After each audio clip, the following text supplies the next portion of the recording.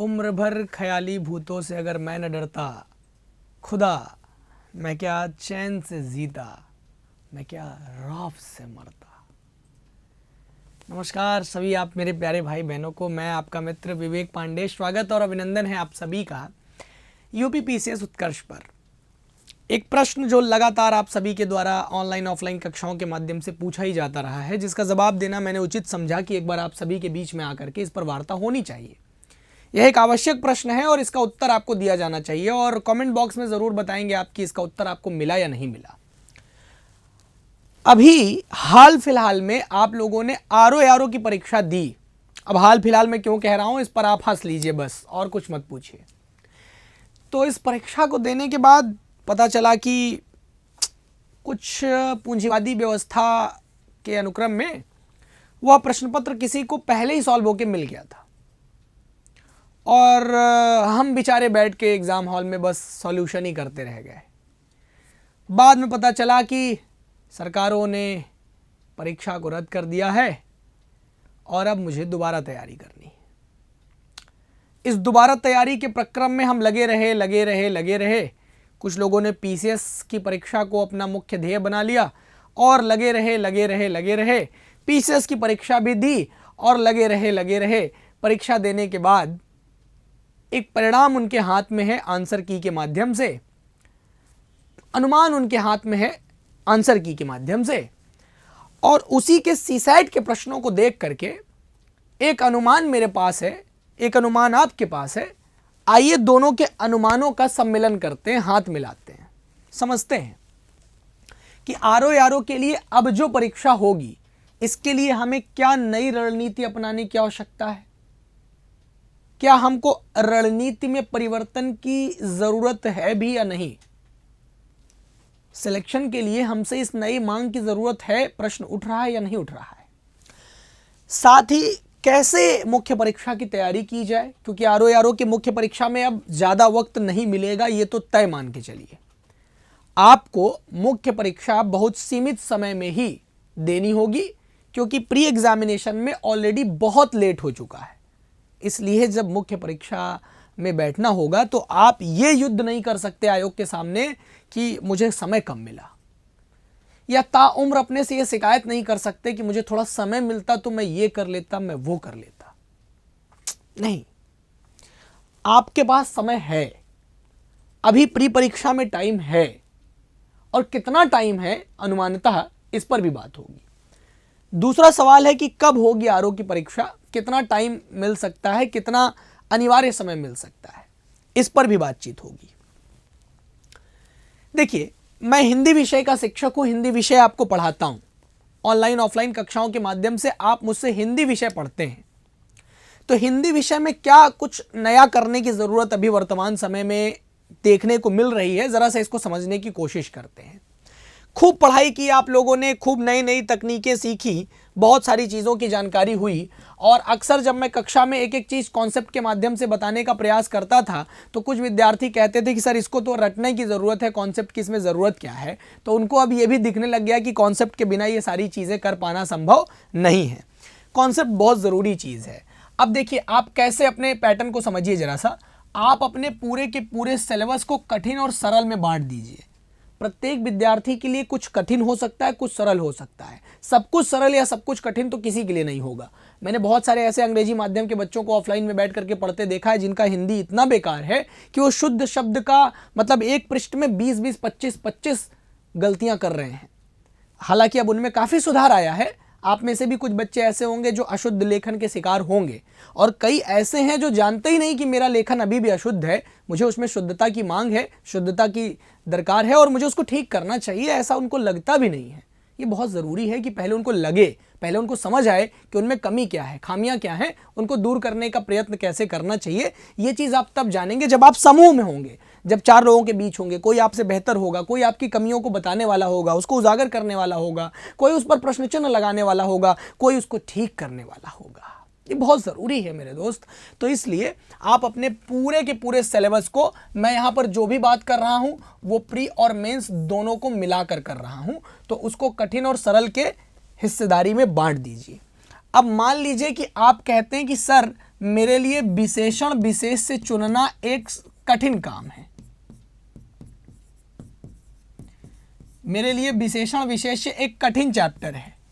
तो ठीक है, आप विशेषण विशेष वाले मुद्दे को YouTube के माध्यम से हमारी जो कक्षाएं पढ़ी हैं उससे एक बार पढ़ के देखिए।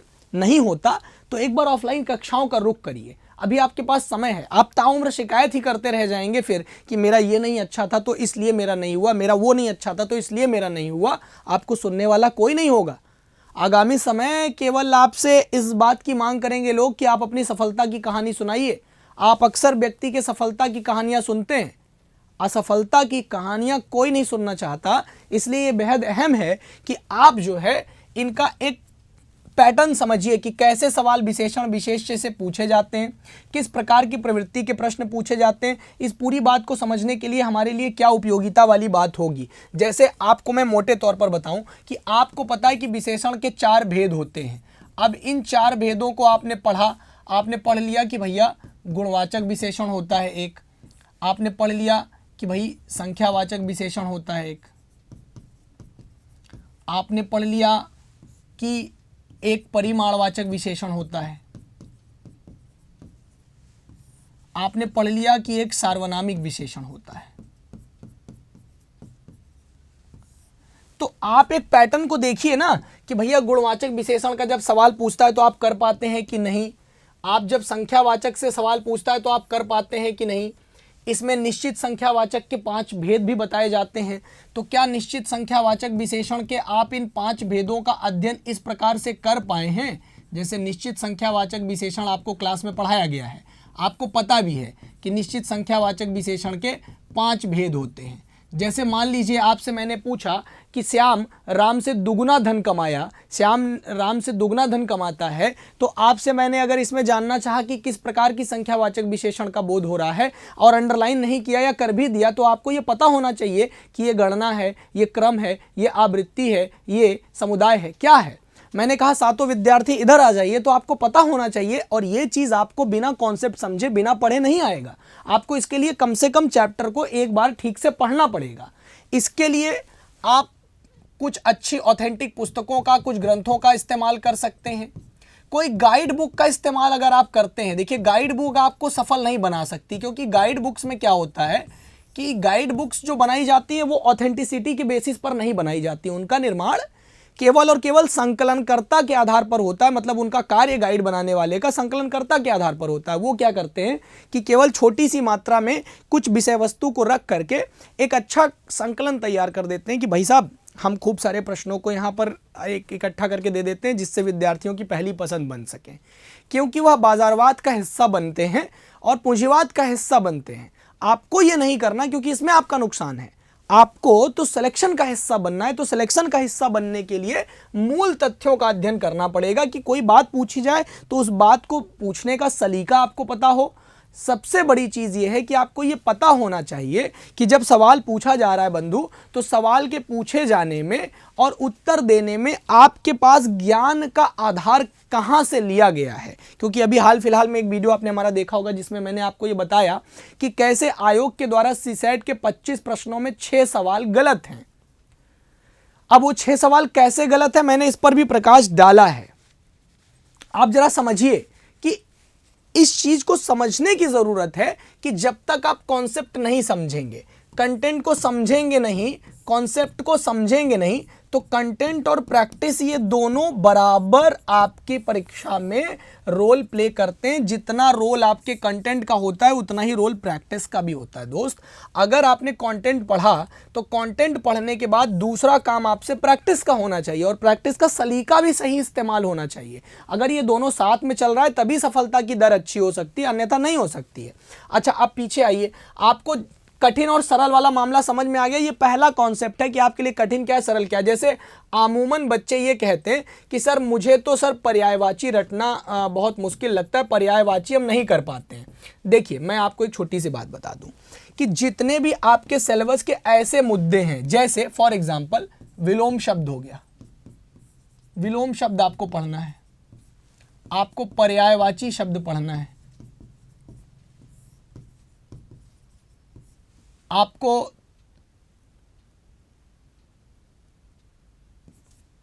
तत्सम तद्भव पढ़ना है।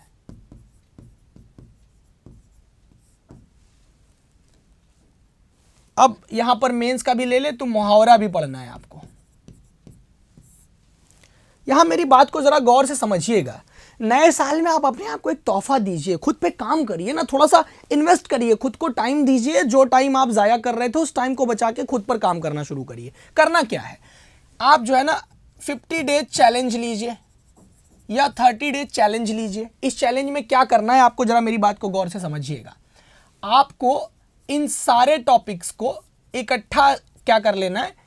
आप अगर किसी किताब से पढ़ते हैं तो उस किताब के सहारे, अगर आप शिक्षक के साथ पढ़ते हैं तो शिक्षक के नोट्स के सहारे, अगर आप सेल्फ स्टडी करते हैं तो जो भी आपने अपने लिए ऑथेंटिक सोर्सेज चुने हो उसके सहारे आप ये करिए कि आप जो है उनके विलोम शब्दों को आप अपनी समय के अनुरूप देखिए कि आपके पास टाइम कितना है। तो पर डे आपके पास मिनिमम कितना टाइम होना चाहिए, तो पर डे आपके पास इस पढ़ाई में कम से कम हिंदी पर आपको 1.5 से 2 घंटे देना ही देना होगा। दोस्त अगर इतना भी टाइम नहीं दे सकते तो दिक्कत वाली बात है, तब तो समस्या जनित है मामला। अच्छा, आप करना क्या है सर, विलोम उठाइए और 20 से 25 विलोम एक दिन में पढ़ना है। 20 शब्दों की पर्यायवाची शब्द आपको एक दिन में पढ़ने हैं। अगर पर्याय ज़्यादा लगे तो आप 15 कर दीजिए, इसकी संख्या थोड़ी कम रखी जा सकती है क्योंकि उसमें शब्द ज़्यादा हो जाएंगे। ऐसा ही आप तत्सम तद्भव में करिए, 20 ले लीजिए तत्सम तद्भव और लगभग 20 ही मुहावरा ले लीजिए, क्योंकि मुहावरे भी आसानी से हो जाते हैं, इसमें भी कोई कठिन काम नहीं है।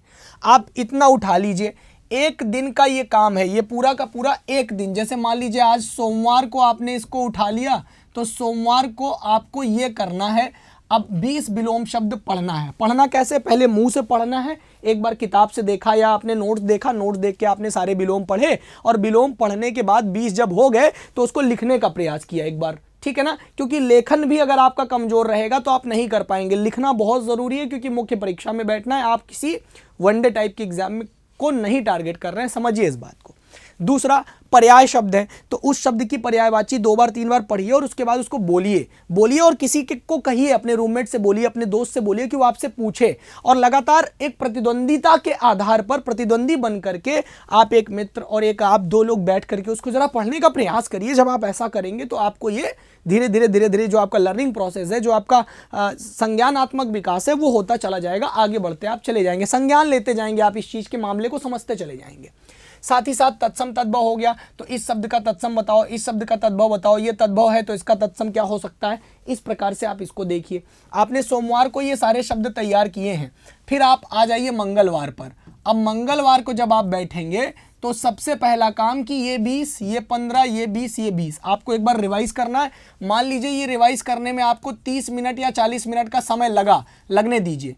फिर आज मुझे फिर से विलोम 20 करने, फिर से 15 मुझे नई पर्यायवाची करनी है, फिर से 20 तत्सम तद्भव करने, फिर से 20 मुहावरा करना है।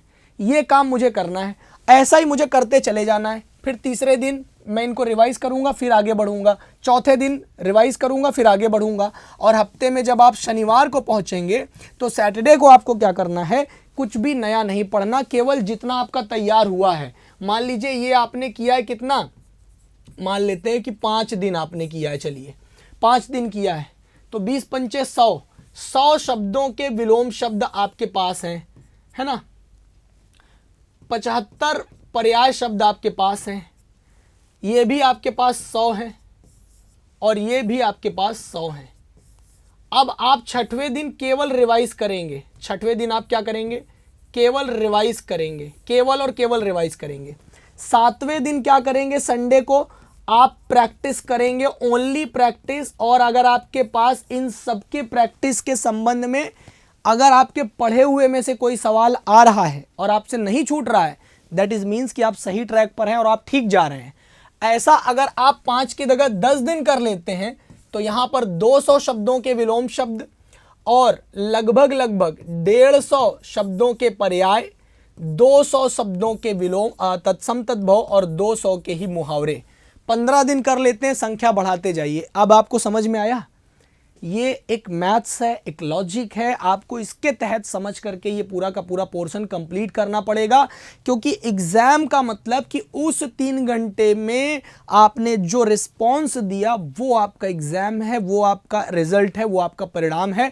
ना कि आप साल भर कितना भी कर लीजिए, अगर आप उस 3 घंटे में रिजल्ट देने की अहमियत को नहीं समझ पाते तो आपके साल भर की मेहनत केवल 3 घंटे में पता चल जाती कि उस 3 घंटे में अगर आपने अपने मस्तिष्क को ठीक से लगाए रखा। और वो लगाने के लिए आप ये भी ध्यान दीजिए कि जिस टाइम आपके एग्जाम होते हैं, दूसरा टारगेट क्या है, ये तो कठिन सरल का मामला हो गया, इन सबको कैसे पार किया जा सकता है, तो सर इन सबको अभ्यास के माध्यम से पार किया जा सकता है। साथ ही मैं आपको बता दूं दोस्त कि ये सारी चीज़ें करने के साथ साथ आपको अभ्यास के साथ ये ध्यान रखना होगा कि आप अपने पढ़ने के टाइम को भी सेट करिए। जो आपके पढ़ने का समय है वो 3 जगह पर डिवाइड होना चाहिए। एक तो प्रातः, एक मध्य बेला मध्याह्न, और एक आपका संध्या बेला। अब इन तीनों में से संभव है कि आप किसी एक समय पर कोचिंग में पढ़ते हो या कोई पेड बैच ले रखा हो तो उसमें पढ़ते हो। अब मान लीजिए आप प्रातः बेला में संभावनात्मक रूप से आप कोचिंग में रहते हैं, चाहे ऑफलाइन पढ़ते हो चाहे ऑनलाइन आप क्लास देखते हो, तो आप क्या करिए, मध्य और संध्या बेला में अपने कम से कम 6 घंटे की 6 आवर्स की स्ट्रैटेजी बनाइए। 6 घंटे की आपके पढ़ने का प्लानिंग होना चाहिए। 6 आवर्स की स्टडी प्लानिंग अगर आप नहीं क्रिएट कर पाते, नहीं बना पाते, नहीं पढ़ पाते, तो ये गारंटी है कि फिर तो सिलेक्शन से आप दूर हो जाएंगे दोस्त। और आपको सिलेक्शन के करीब पहुंचने के लिए अपने आप को एक फिक्स टारगेट देना पड़ेगा और उस टारगेट के बिहाफ पे काम भी करना पड़ेगा, जिससे सफलता आपके इर्द गिर्द ही रहे, दूर ना हो। अभ्यासरत रहना पड़ेगा, कर्मरत रहना पड़ेगा, क्योंकि हम उन परिवारों से आते हैं जो हीरो की साइकिल से चलते चलते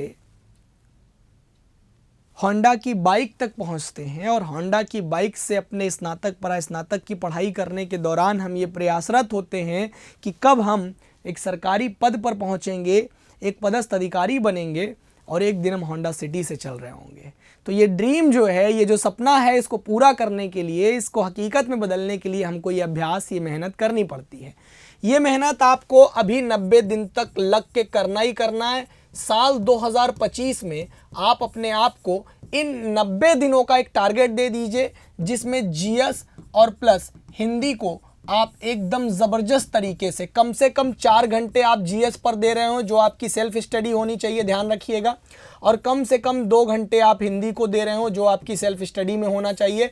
ये ना तो किसी शिक्षक के द्वारा पढ़ाया जाना चाहिए और ना तो किसी के द्वारा, ये आपकी अपनी मेहनत होनी चाहिए। और इस 2 घंटे में आपका 1 घंटे रिवीजन पर जाना चाहिए और 1 घंटे प्रैक्टिस पर। इस 4 घंटे में आपका 3 घंटा रिवीजन पर जाना चाहिए और 1 घंटा प्रैक्टिस पर। अगर आप ये 2 घंटा रेगुलर प्रैक्टिस और 4 घंटे की रेगुलर स्टडी प्लान को समझ चुके हैं तो फिर आपका कोई रोक नहीं सकता है, फिर आप जरूर सफल होने वाले हैं। और हर उस चीज़ पर ध्यान दीजिए, क्योंकि यही आयोग आपका पेपर बनाएगा। हर उस बिंदु पर बल दीजिए जो आपको लगता है कि ये तो नहीं हो सकता, ये तो नहीं पूछेगा, वही पूछेगा।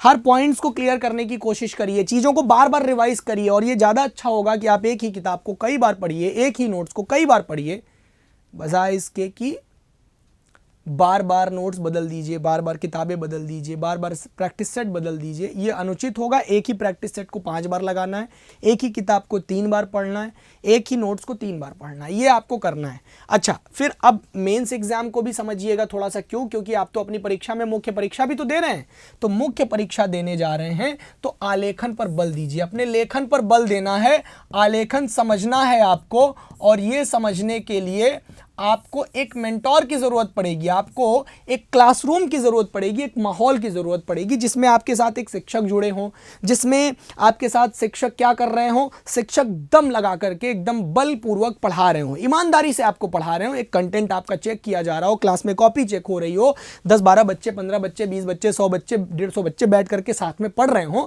वो भी कॉपी चेक करवा रहे हों, उनकी भी गलतियाँ आपको पता चले, ताकि आपको यह समझ में आए कि ये गलतियाँ तो करनी ही नहीं है, इन गलतियों के बारे में तो सोचना भी नहीं है। और ध्यान रहे कि ये काम आपको आज से शुरू करना पड़ेगा, आज से प्रारंभ करना पड़ेगा, क्योंकि अगर अभी तक आप विरामावस्था में थे तो आगे आपका विराम तब ना टूटे जब एडमिट कार्ड हाथ में हो। ये अभी टूट जाए, इसी वर्ष टूट जाए, ज्यादा अच्छा है। अगले नए साल में आप अपने आप को एक तोहफा दीजिए कि तारतम्यता के साथ नियत पढ़ाई होगी और रेगुलरिटी को मेंटेन करना बहुत ज़रूरी है, जिसमें आप अपने लेखन पर बल दे रहे होंगे, जिसमें आप रेगुलर पत्र लेखन का अभ्यास कर रहे हो। कक्षा में आकर के बैठिए, आपको मैं बुलाता हूं अपने ऑफलाइन क्लास में, आप आइए। हमारे पास ऐसे ऐसे बच्चों ने आकर के अच्छा पत्र लिखने की स्ट्रेटजी तैयार की है, लिख रहे हैं, अच्छा निबंध लेखन कर पा रहे हैं। वो बच्चे जो अपने जीवन काल में कभी ज्वर से पीड़ित होने के बाद कभी पत्र लिखा ही नहीं, गाय के बाद उन्होंने कभी दोबारा निबंध भी नहीं लिखा, वो बच्चे आज हमारी कक्षा में अच्छा रिजल्ट ले आ पा रहे हैं, हमारे टेस्ट में अच्छा परफॉर्म कर पा रहे हैं। आप भी कर सकते हैं। आप अगर हमारे साथ ऑनलाइन ऑफलाइन बैचेस में जुड़ना चाहते हैं तो मैं आपको केवल यही कहना चाहता हूं कि आप निरंतरता के साथ अभ्यास करिए, हमारे साथ जुड़ करके पढ़िए, एक बार हमारी मेंटरशिप का हिस्सा बनिए, एक बार हमारी बैच का हिस्सा बनिए। इसके लिए आपको 28 तारीख से लेकर के 3 जनवरी तक हमारे यहाँ ऑफर चल रहे हैं, 28 से 3 तारीख तक, जिसमें आपको 90% का भारी छूट दिया जा रहा है।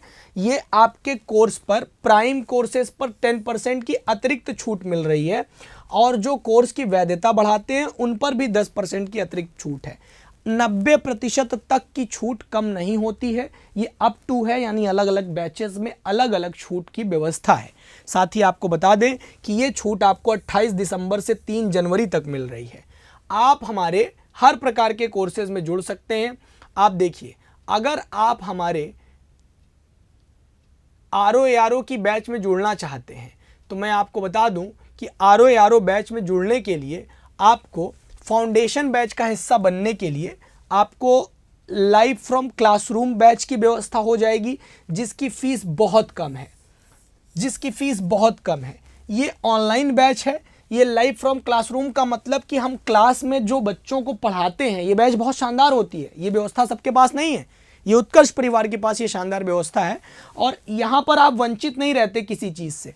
जो ऑफलाइन बैच में बच्चा 20,000 25,000 रुपए फीस जमा करके पढ़ रहा है, वो चीज़ आपको ऑफलाइन में मिल जाती है। जैसे हम क्लासरूम में बच्चों को पढ़ाते हैं, वहीं से ये क्लास लाइव होती है और आपके सामने पहुंचती है, वहीं से आपके डाउट लिए जाते हैं, वहीं पर आपके डाउट सॉल्व किए जाते हैं।